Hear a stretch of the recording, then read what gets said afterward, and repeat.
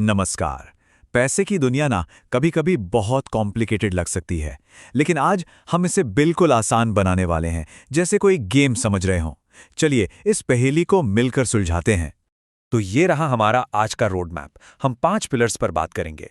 पैसे का असली मतलब क्या है, पूरा सिस्टम आखिर चलता कैसे है, कौन सी ताकतें पैसे पर असर डालती हैं, पैसा बढ़ाने का वो सीक्रेट क्या है, और सबसे ज़रूरी, इन सब को लेकर हम कर क्या सकते हैं, एक सीधा सा एक्शन प्लान। तो चलिए बिल्कुल बेसिक से शुरू करते हैं। सबसे पहला और सबसे बड़ा सवाल, कभी सोचा है कि कागज का एक टुकड़ा या स्क्रीन पर दिखने वाला एक नंबर इतना पावरफुल कैसे हो सकता है? मतलब पैसा असल में है क्या चीज? देखिए, पैसा असल में वैल्यू का एक सिंबल है। आप समाज के लिए, दूसरों के लिए जितनी ज्यादा वैल्यू क्रिएट करते हैं, उतना ज्यादा पैसा कमाते हैं। जैसे एक डॉक्टर किसी की जान बचाकर वैल्यू देता है, या एक बिजनेस किसी की प्रॉब्लम सॉल्व करके वैल्यू देता है। पैसे का जो फ्लो है वो बहुत सीधा सा है। स्टेप 1 आप वैल्यू बनाते हैं, स्टेप 2 आप पैसा कमाते हैं, और स्टेप 3 जैसे ही आप कमाते हैं सरकार अपना हिस्सा लेती है। इसे ही हम टैक्स कहते हैं। और ये टैक्स भी मोटे तौर पर 3 तरह के होते हैं।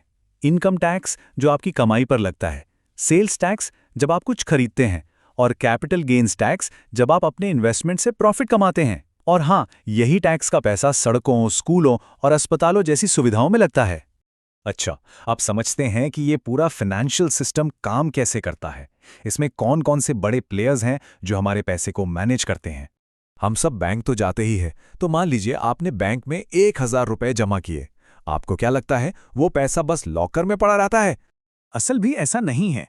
बैंक आपके पैसे को अपने पास नहीं रखता, वो उसका ज्यादातर हिस्सा किसी और को लोन पर दे देता है। मतलब आपके पैसे को काम पर लगा देता है। बैंक जिस आदमी को लोन देता है उससे ज्यादा ब्याज लेता है और आपको कम ब्याज देता है, और ये जो बीच का फर्क है वही बैंक का प्रॉफिट है। यही उनका बिजनेस मॉडल है। अब सवाल ये है कि बैंक ये कैसे तय करता है कि लोन देना किसे है। यहीं पर एंट्री होती है क्रेडिट स्कोर की। ये 300 से 850 के बीच का एक नंबर है जो आपकी फाइनेंशियल रेप्यूटेशन है, आपका रिपोर्ट कार्ड है। ये बताता है कि आप उधार चुकाने में कितने भरोसेमंद हैं। अगर स्कोर हाई है तो आपको लोन आसानी से और कम ब्याज पर मिल जाएगा, लेकिन अगर स्कोर लो है तो लोन मिलना भी मुश्किल होगा और ब्याज भी ज्यादा देना पड़ेगा। चलिए अब उन अदृश्य ताकतों की बात करते हैं जो हमारे कंट्रोल में नहीं है, लेकिन हमारे पैसे की वैल्यू को चुपके बदलती रहती हैं, बिल्कुल मौसम की तरह। एक कड़वा सच ये है कि हमारे हाथ में जो पैसा है वो समय के साथ कमजोर होता जाता है। मतलब आज के 100 रुपए की वैल्यू 1 साल बाद 100 रुपए नहीं रहेगी, वो कम हो जाएगी। ऐसा होता है इन्फ्लेशन की वजह से, यानी कि महंगाई। इसका सीधा सा मतलब है कि चीजें महंगी होती जा रही हैं, तो उतने ही पैसे से आप पहले से कम सामान खरीद पाते हैं। आपके पैसे की खरीदने की ताकत घट जाती है। और दूसरी बड़ी ताकत है मंदी या रिसेशन। ये वो दौर है जब इकोनॉमी धीमी पड़ जाती है, बिजनेस स्ट्रगल करते हैं और लोगों की नौकरियां भी जा सकती हैं। सुनने में ये थोड़ा डरावना लगता है, लेकिन सबसे जरूरी बात यह है कि मंदी हमेशा के लिए नहीं रहती। इकोनॉमी एक साइकिल में चलती है। ग्रोथ के बाद स्लो डाउन आता है और फिर रिकवरी होके वापस ग्रोथ शुरू हो जाती है। ये एक नेचुरल प्रोसेस है। अच्छा, अब तक हमने ये समझ लिया कि पैसा क्या है और सिस्टम कैसे काम करता है। अब आते हैं सबसे मजेदार हिस्से पर। पैसा बढ़ाने का सीक्रेट फॉर्मूला क्या है?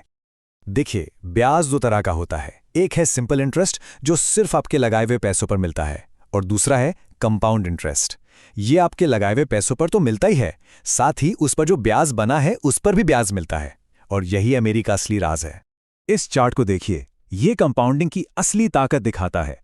शुरू के कुछ साल ग्रोथ बहुत धीमी लगती है, लेकिन 10 साल 20 साल बाद ये एकदम से रॉकेट की तरह ऊपर जाती है। ये उस बर्फ के गोले की तरह है जो पहाड़ से लुढ़कते हुए बड़ा और बहुत बड़ा होता जाता है। तो इस कंपाउंडिंग के जादू का फायदा कहाँ उठा सकते हैं? आप स्टॉक्स में, रियल एस्टेट में, किसी बिजनेस में या फिर फंड्स में इन्वेस्ट कर सकते हैं। मकसद सिर्फ एक है, पैसे को अपने लिए काम पर लगाना, ताकि वो और पैसा बनाए।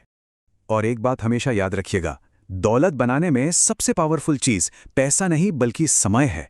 एक छोटा सा इन्वेस्टमेंट भी अगर लंबे समय तक बना रहे तो वो बहुत बड़ा बन सकता है। इसलिए जितनी जल्दी शुरू किया जाए उतना अच्छा है। ठीक है, तो हमने काफी कुछ समझ लिया है। अब इस सारी जानकारी को एक बिल्कुल सिंपल पावरफुल एक्शन प्लान में बदल देते हैं।